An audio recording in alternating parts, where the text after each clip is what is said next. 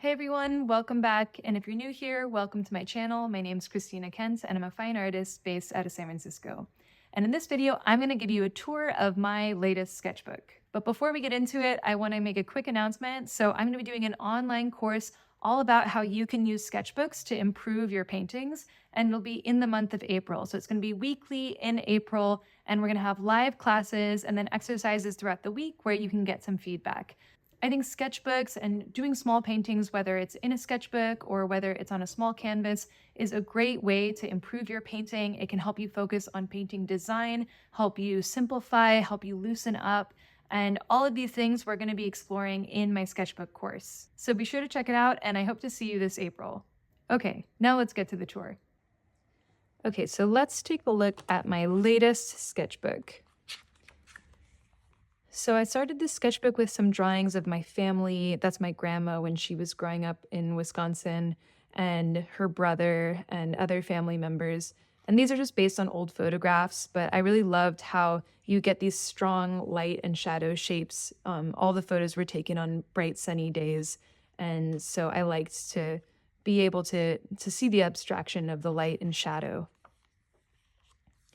And then this is a cityscape plein air that I did when I was visiting Lisbon. It's a really beautiful city, and I loved the challenge of trying to capture a little bit of the cityscape from this viewpoint up high that we had. Here's another drawing based on a convent that's in Lisbon, and it's really cool. The roof has been destroyed, so this bright sunlight was streaming in, and it created really cool light and shadow shapes. And then similarly, I went to LA last year and went to, I think it was at the Hamilton Gardens. They have a museum that has a lot of statues. So this was a statue of Pandora, and I drew it in two different views of the light to get a sense of how the light and shadow were falling across the form. And then these two drawings are based on photos I took of downtown LA from up high. And I just liked the shapes that the cars were creating with their headlights. Both of these were taken around nighttime, so they're pretty dark, and then you have the cars' headlights shining on the streets.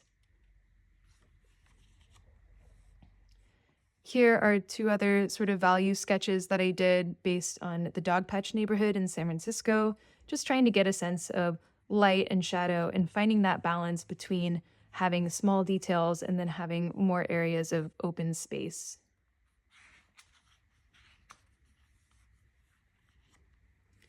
This one is based on a photo I took when we were visiting our friends in LA, and it's my partner and one of our friends making salsa in the morning. And I just really liked their figures working on making the salsa, and then I liked all of the different shapes and forms of the things that were in the kitchen. So I thought it would be fun to try to abstract that a little bit in the drawing. And then going back to San Francisco, these two are based off of scenes in Potrero Hill. Once again, just focusing on, I guess you could call these value studies. So I'm really trying to group the values into kind of light, medium, and dark shapes, and just focusing on the effect of light and shadow. And I find it's really helpful to do these studies to get a sense of the abstract shapes that are created by the light. Here's a study of a photograph by the photographer William Eggleston. I think he's an amazing photographer, and I just love the design, the color, and the mood in his paintings.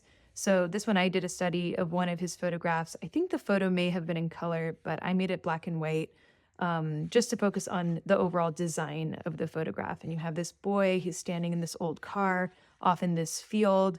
It was a very cool photo, and I just wanted to understand it better through studying it in this way.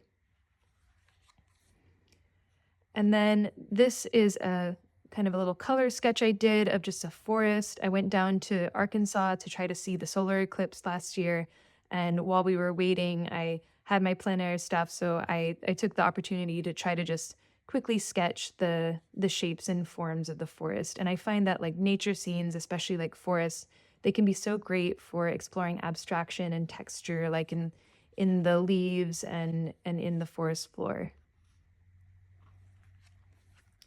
Here are two more value studies of photographs by Eggleston. And here's a study of my partner from life when he was working on his computer. These are two little thumbnail sketches I did of potential cityscape paintings I was thinking of, and doing the sketches in this really small size really helps me better understand what the design of the overall painting could be. And then here's a study I did from life. So I've been trying to do more drawings from life. Sometimes I get out of the habit, but I think it's just such good practice to draw things from life, even if it's just your shoes as you're waiting for your laundry to finish.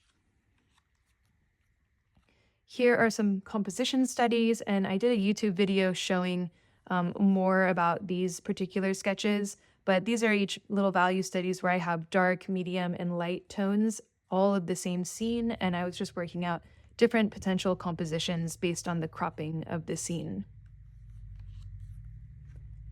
And now we get to some of my sketches from Newfoundland. So I did an artist residency in Newfoundland last year, and here's a sketch I did when I was on a hike, and there's this anvil rock. You can see the shape of the anvil. So I just kind of wanted to quickly sketch that and try to mark down where I was seeing the light and shadow shapes. Here's another sketch from that hike of, I think this says Croker Gulch, if I'm reading that correctly. But yeah, once again, like the strong sunlight was just creating this beautiful abstraction in the form of the cliff right along the ocean. So I really wanted to capture that. And then this one is from the harbor at Flat Rock. So this is where you would tie the boats. There's a couple boats over here. But once again, it was just coming out as really abstract and kind of an interesting design that I wanted to capture. And then these two sketches are both from a long hike I did in Newfoundland. Once again, getting kind of the shapes of the rocks and capturing the light and shadow on the rocks. And I was just so amazed by like the jagged formations of these rocks along the Newfoundland coast. It's something incredible. If you ever get the chance to see it, I would highly recommend going. But yeah, so I was just really fascinated by the shapes of those rocks, which are pretty different from the coastline here in California. And so that's something that I wanted to try to capture. And then here's a sketch of a scene in San Francisco. So just kind of a standard urban scene, but trying to simplify a lot of the forms of the cars and all the details of the houses. And then here's a sketch I did on a rainy day. So it was very dark in my studio, and I was just sketching the brushes, my jars of brushes from life to get more life practice in. And here's a sketch of my partner and our cat as my partner's reading a book. This little sketch from life was one that I did when I was trying to get back into painting after taking a little break, and I always feel a little rusty even if I take a break for just a few days. So I like to do very simple sketches to get back to it. I made a video on this one as well, which I'll link to. And then this is a sketch based on a photo I took when we were in Europe, getting a sense of these European streets. And this sketch I did while we were in Yosemite. I love going hiking, and while I was there, I wanted to get a sense of the shape of the landscape. So this is a sketch of Amelia Earhart Peak that I did back in September. And here's another quick sketch of an urban scene, trying to just quickly get down the most basic shapes. Here is a meditative painting I did. So the practice was just to listen to the sounds I was hearing and to try to paint based on the sounds that I was hearing. And I have a video on this one as well if you're curious. And then here is another one I did a video of. It's a study of a photograph by Saul Leiter, and I was just trying to capture the atmosphere that he gets in his photographs by doing this monochromatic study, but I'm focusing a lot on the edges and getting that mood that he captures. And then these are sketches after I took a class with Hannah Woodman. She's a British artist, really fabulous artist, and she does a lot of contour line drawings. So I was kind of practicing that here based on one of her drawings. And then I practiced that again with my partner and our cat sitting on the couch, trying to focus more on line and the quality of line rather than shape and form, which is what I usually focus on. And then here's some more studies from her class. So this is somewhere in the English countryside, and this is along the coast in England. And then sort of taking that idea of focusing more on line, I went out into a hike in the woods and I did this drawing of the path and the trees, trying to put a little bit more focus on line and the sort of texture that I was creating with the line. And this is another drawing also based on the woods. And once again, you can see I'm putting less focus on shape here and putting more focus on line and texture and the weight of the lines. It's an interesting exercise to kind of shift away from shape and back towards line after focusing on shape for so many years. But then going back to my usual ways, I was in Colorado and took a lot of photos of the mountains there. So these are based on some of the pictures that I took of the mountains at golden hour, and we just see that beautiful golden light hitting the mountains and creating these just fabulous abstract shapes in the mountain landscape. Then here are two sketches. This one's kind of like my old way of sketching, focusing on shape and form. And then this is kind of testing out the new way, trying to focus a bit more on line and just seeing the difference between the two. I almost feel like this one is a little calmer and quieter, and then this one is a bit more energized. And it's just cool seeing how what we focus on can really shift the way that a painting or a drawing feels. Here's another sketch of the mountains, so some cars driving home, and we're getting a little bit of that golden light on the top of the mountains. This was also from that same drive home, and yeah, we just got some light at the top of the mountains. But I love the colors, and I love how abstract this one turned out. There were so many trees and little shapes here and there, but I think the simplification worked really well in communicating the feeling of the mountains without getting too much into the details.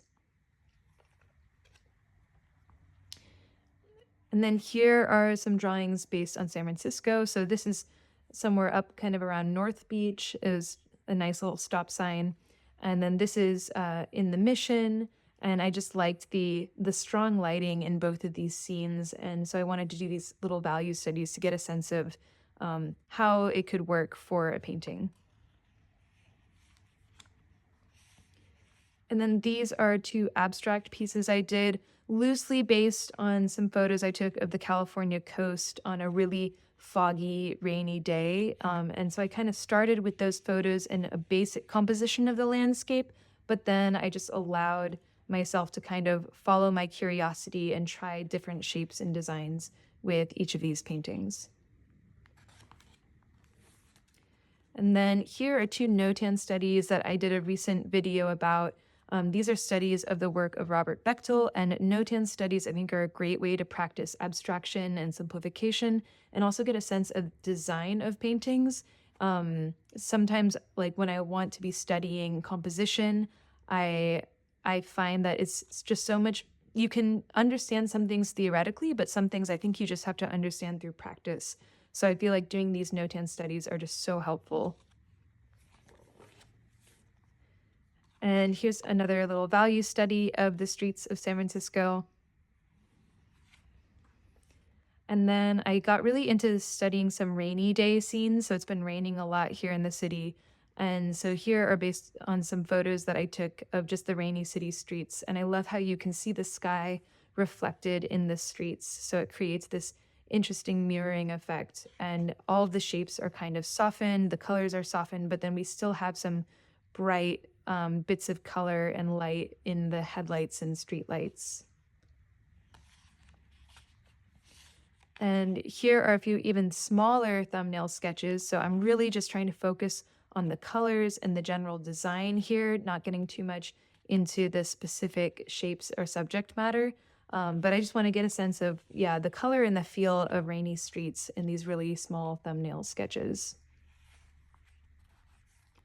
And then here are two paintings based on the work of Elmer Bischoff, so two color studies of his work. He's a Bay Area figurative painter, and I saw this one at the SF MoMA, and it just took my breath away. I just loved it. I loved the colors. I loved the paint application. And so I wanted to study that. And then I was looking into more of his work, and I saw this other piece as well.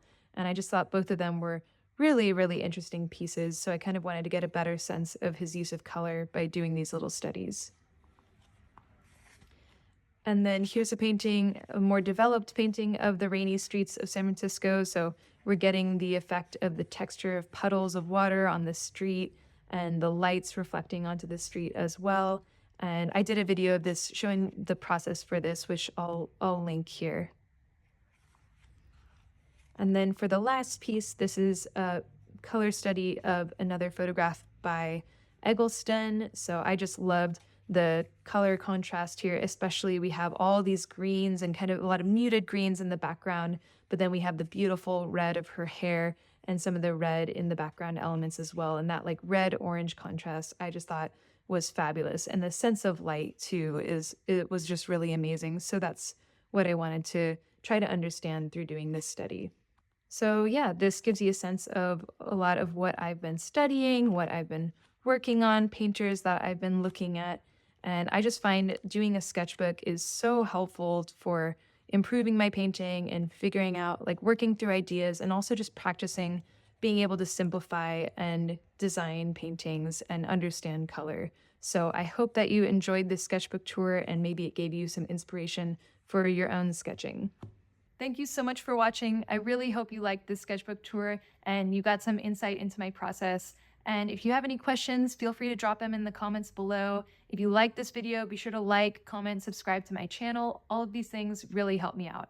And as I mentioned earlier, if you want to level up your painting and you want to see how sketchbooks can help you do that, then be sure to sign up for my sketchbook course that's happening this April. As always, I want to give a big shout out to my supporters on Patreon. So I don't have any regular sponsors for this channel. So it's people just like you who like my videos, who help support the channel and keep the videos coming.